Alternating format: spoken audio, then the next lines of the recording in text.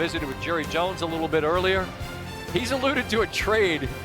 Guy can't help himself, right? He said there's a trade coming, but you're going to have to find out about that tomorrow. I said, well, in the business we call that a tease. So we'll wait with bated breath to find out what Dallas might add to this squad. They could certainly use a little bit of help, particularly on the defensive side of the football. All right, we've broken up into pods here. Future Hall of Famer Jason Kelsey with me. Future Hall of Famer Stephen A. Smith, and whatever the hell he wants to be a Hall of Famer in. Great to have you back with us again on Monday Night Football. And look, man, we know the fun you love to have with Cowboy fans because they're a passionate bunch. Right. And as I was talking with the Hall of Famer Troy Aikman a little bit earlier, the Cowboys invite you to look at the good and go, man, it's really close. And then they invite you to look at the bad and go, man, they're lousy. What do you really see, Stephen A., when you squint and look at this Cowboy squad? I see an offense that's prolific, that can win a Super Bowl. I see a defense that's horrible. And when you look at it from that standpoint, last time I checked, football games are won on both sides of the ball. You got to score points to win games, but you got to stop the other team from being able to score points. And when you look at the Dallas Cowboys, they have a very, very difficult time doing that. And a lot of it has to do with their inability to pressure the quarterback, which Jerry Jones says that he has addressed with a trade that we're about to find out about tomorrow. Okay. That's what he said on my show earlier this afternoon. I get all of that. I understand that. But the reality is he has to do something. And I think that's one of the storylines that's going to be percolating as the trading deadline approaches its expiration at 4 p.m. tomorrow. He has to do something because you've done it on offense. You paid Dak Prescott $60 million. He's playing like an MVP candidate. We know what CeeDee Lamb brings to the table. The combination of CeeDee Lamb with Pickett, we know what they bring to the table with Ferguson and the rest of these guys. But what are you going to do about compromising your defense by letting a star like that walk out the door? If you handle it, this team could potentially catch somebody getting the playoffs. And once they get in the playoffs, anything can happen with this offense. If you don't, you go home.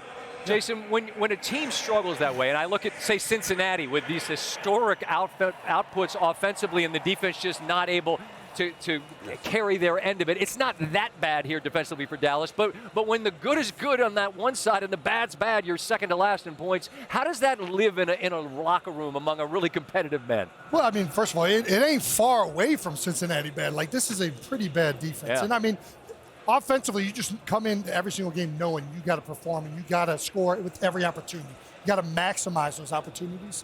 And it's very comforting being an offense going out there knowing that if you don't get a series here, you throw it, you take a chance down the field that the defense is going to have you back. And they don't have that right now in Dallas. And they really didn't do anything to address it this offseason. Right. One thing they did is they got rid of their best player on defense. That's the thing that's the most confounding about this is they went out and get a George Pickens. They have the star power on offense to compete right now, and they don't address the defense. They go get Matt Eberflus, who wants to rush 4 and play these zone coverages, and they don't bolster the defensive line to pressure the quarterback.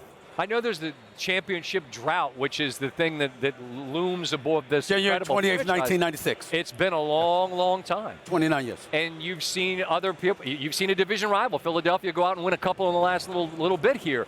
But you can't even address championship aspirations, Stephen A., if your consistency is such that you haven't won consecutive games all season long. At some point, to win a title, you got to win 3 in a row, minimum. And I don't know what you're going to do here to ever get in the short term to that place where they want to be. Well, that's what Jerry has to address, and which is why he came out saying that he's made a move. When you have the reigning defending Super Bowl champion, Philadelphia Eagles making moves leading up to the trading deadline. Every day. They've got a 24th every year. They've got a 24th ranked defense, and they're saying, look, we need to do better. And you got arguably the best executive in the business in Howie Roseman.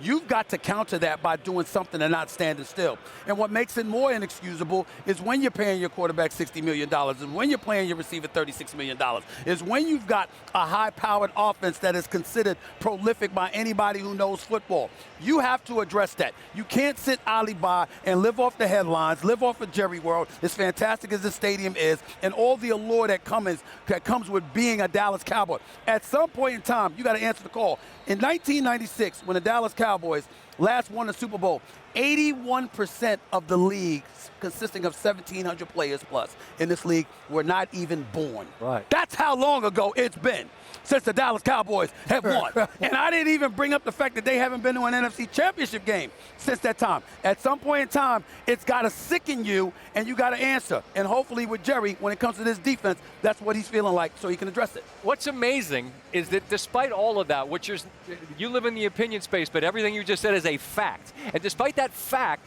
they live in this world where the content that we use as the engine, right, the fuel for the engine, right, it's a never-ending source of entertainment and stories. And I think it's interesting when you played, even though they hadn't been great in forever, who'd you hate more than anybody?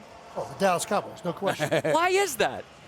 I mean, first of all, in Philadelphia, you can't go into a game without hating the Dallas Cowboys. You're going to hear about it all week from the media. More importantly, you're going to hear about it from your barber. You're going to hear about it from the person serving your food. Whenever it's Dallas week, it's the number one thing in town in Philadelphia. Don't forget the fans. Question. The fans will make you hit the Cowboys. Yeah, for sure.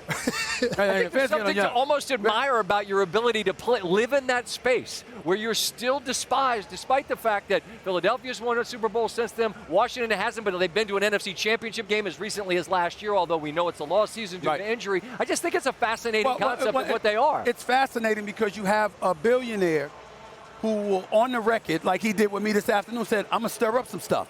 That's what he does. He believes in controversy. He believes that controversy sells. He believes in the headlines. And his whole thing is, Jerry literally said it to me hours ago. He said, dude, things can be true. You can want the controversy. You can want the noise. You can want all the things that are qualify as a distraction. Yeah. But you can still want that and still want to win. He said, I've got 3 Super Bowl rings. At some point in time, I did it right. I got to figure out how to do it right again.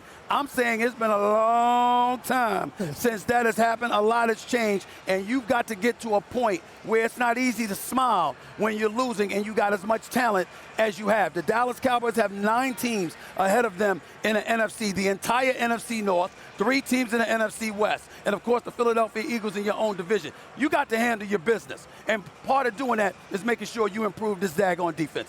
Plain and simple. Yep. You brought that hat. When are we going to see that hat? It is the last segment. Okay. Just like Jerry with the trade talk, that's the tease. We'll see that a little bit later. Now.